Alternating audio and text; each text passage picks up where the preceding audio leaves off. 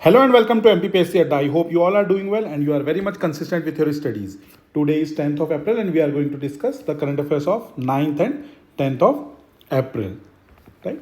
जो भी बच्चे अभी टेस्ट सीरीज ज्वाइन करना चाहते हैं 80 टेस्ट मिलेंगे आपको @1999 में और इसमें आपको करंट अफेयर्स के नोट्स भी फ्री मिलेंगे। तो जो बच्चे एनरोल करना चाहते हैं वो हमारे ऑफिशियल नंबर पे हमसे कनेक्ट कर सकते हैं। चलिए आज का करंट अफेयर शुरू करते हैं। First question says Indra Kumar Mahajan is related to which sports. Indra Kumar Mahajan जो हैं वो किस खेल से संबंध रखते हैं? Options are cricket, football, tennis और hockey. The correct answer is tennis. ठीक, ये इन्होंने अभी ब्रॉन्ज मेडल जीता है किसमें? वर्ल्ड टेनिस टूर्नामेंट में। वर्ल्ड टेनिस टूर्नामेंट में इन्होंने भी ब्रॉन्ज मेडल जीता है। चलिए नेक्स्ट क्वेश्चन देखते हैं। Gomai river is tributary of which of the following. Gomai river इनमें से किसकी सहायक नदी है या ट्रिब्यूटरी है? ऑप्शन है Pench, Barna, Tapi and Tons. The correct answer is Tapi river. ठीक है, तापी रिवर की ट्रिब्यूटरी है गोमई रिवर और इसका ओरिजिन कहाँ पे हो रहा है? Originates at Satpura. ये सतपुरा हिल से निकलती है कौन सी? गोमई रिवर। और किसकी ट्रिब्यूटरी है ये? तापी रिवर की ट्रिब्यूटरी है। और तापी कहाँ से निकलती है? इसका ओरिजिन है, नाम सुना होगा आपने, मुल्ताई रिजर्व फॉरेस्ट जो है वहाँ से ये निकलती है। और तापी रिवर का जो फॉल है या ड्रेन कहाँ पे होती है? ये गल्फ ऑफ खंबत में। राइट, इसी तरीके से जो आपको ये ध्यान रखना है कि और जो इंपॉर्टेंट रिवर्स हैं एमपी की उनके बारे में भी आपको याद रखना है। और तापी रिवर की एक और बात आप याद रखिए, इसकी जो लेंथ है वो है 724 किलोमीटर्स। ठीक, तो ये आपको सारा याद रखें। इसी तरीके से आप नर्मदा के बारे में भी याद रखिए। और नर्मदा रिवर के बारे में मुझे आप बताइए, इसकी मैं आपको सिर्फ लेंथ बता देता हूँ, इट्स 1312 किलोमीटर्स।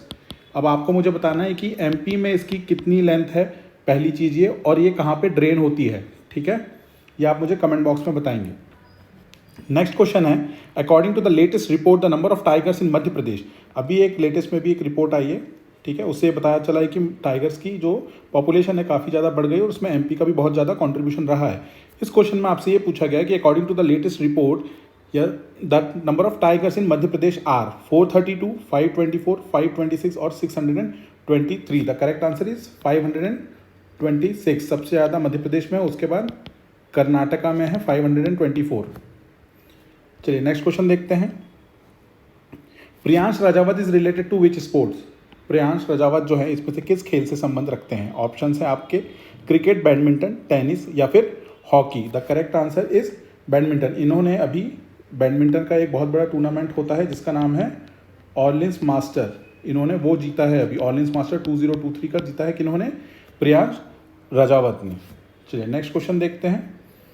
वेद प्रकाश शर्मा, ध्यान से सुनिएगा, ये इंपॉर्टेंट क्वेश्चन है। Ved Prakash Sharma is the chairperson of which of the following commission. नीचे दिए हुए जो कमीशंस हैं उसमें से किस कमीशन के हेड या चेयरपर्सन है वेद प्रकाश शर्मा जी। ठीक है, ये सब मध्य प्रदेश के ही कमीशंस और बोर्ड हैं जो नीचे दिए हुए ऑप्शंस में, जैसे कि MP labour welfare board, MP माटी कला बोर्ड, एमपी योगा कमीशन या एमपी बैम्बू डेवलपमेंट बोर्ड। तो इनमें से किसके चेयरपर्सन है वेद प्रकाश शर्मा जी, ये आपसे क्वेश्चन में पूछा गया। तो एमपी योग कमीशन के चेयरपर्सन बनाए गए हैं वेद प्रकाश शर्मा जी, ये आपको याद रखना है। और बाकी के जो हैं वो भी आप याद रख लीजिए। एमपी लेबर वेलफेयर बोर्ड, इसका भी आपको देखना है, मुझे कमेंट बॉक्स में बताएं। और माटी कला बोर्ड के कौन है, ये हम पहले भी डिस्कस कर चुके हैं। इसके हैं रामदयाल प्रजापति। ठीक है, रामदयाल प्रजापति जो हैं वो माटी कला बोर्ड के चेयरपर्सन हैं। ठीक है, अब लेबर वेलफेयर बोर्ड के कौन हैं? लेबर वेलफेयर बोर्ड के हैं भगवान दास गोंडाने जी। ठीक है, और बैम्बू डेवलपमेंट बोर्ड भी है मध्य प्रदेश का, जिसके चेयरपर्सन हैं घनश्याम पिरोनिया जी। ठीक, ये सारे नाम आप याद कर लीजिएगा। और एमपी योगा कमीशन का हमने आपको बता ही दिया है, वेद प्रकाश शर्मा जी हैं, तो ये आप याद कर लीजिएगा। चलिए आगे नेक्स्ट क्वेश्चन की तरफ बढ़ते हैं हम। विच of the following painting got GI tag recently. इसमें से कौन सी पेंटिंग को अभी जीआई टैग मिला है बिल्कुल रिसेंटली? ऑप्शंस हैं गोंड, मुगल, मिनिएचर और Baiga. The correct answer is Gond. Gond painting को अभी जीआई टैग मिला है। अब आप मुझे कमेंट बॉक्स में ये बताएं कि किन डिस्ट्रिक्ट्स में या किन रीजन में गोंड डोमिनेट करते हैं और सबसे बड़ी ट्राइबल पॉपुलेशन किन की है, ठीक है। हाईएस्ट ट्राइबल कौन से रहते हैं मध्य प्रदेश में, ये बताएंगे मुझे, और इंडिया में कौन है ये भी बताइए मुझे। दोनों में डिफरेंस है आंसर में, राइट। चलिए नेक्स्ट क्वेश्चन देखते हैं।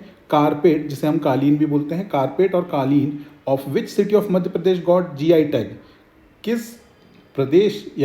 किस शहर के कालीन को जीआई टैग मिला है, ठीक है। ऑप्शन है सीहोर, भोपाल, ग्वालियर या फिर Sagar. The correct answer is Gwalior. Gwalior के जो कालीन है उन्हें जीआई टैग का स्टेटस दे दिया गया है।